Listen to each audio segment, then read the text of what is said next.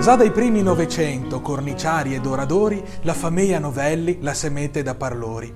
E soprattutto ai primi tempi, per poter un po' respirare, bisogna senza dubbio un pochetto tribular. E così con serietà i va a servir tanti, che si affreschi nelle cese o soltanto ristoranti. E intanto passa il tempo e cresce la cultura e cresce anche in città la voglia dei tipi di pittura.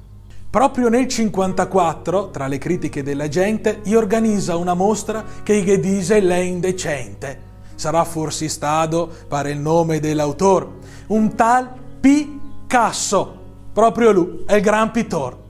Così allora la città la perde un'occasione di valorizzare un artista che ha reso il mondo un'illusione.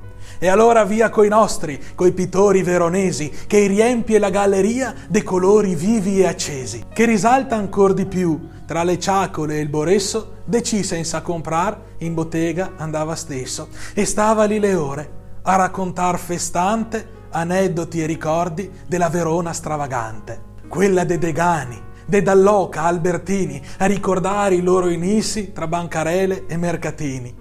Da sta bottega in via Oberdan è passato tutti quanti, Bud Spencer, Macario e le ballerine saltellanti. E sto angolo de paradiso, dove ancor batte festante, e il vecchio e straco cor della cultura più esaltante, l'è ancora lì a aspettarne, nella bellezza più incantà, a contarne tante storie de sto spettacolo de città.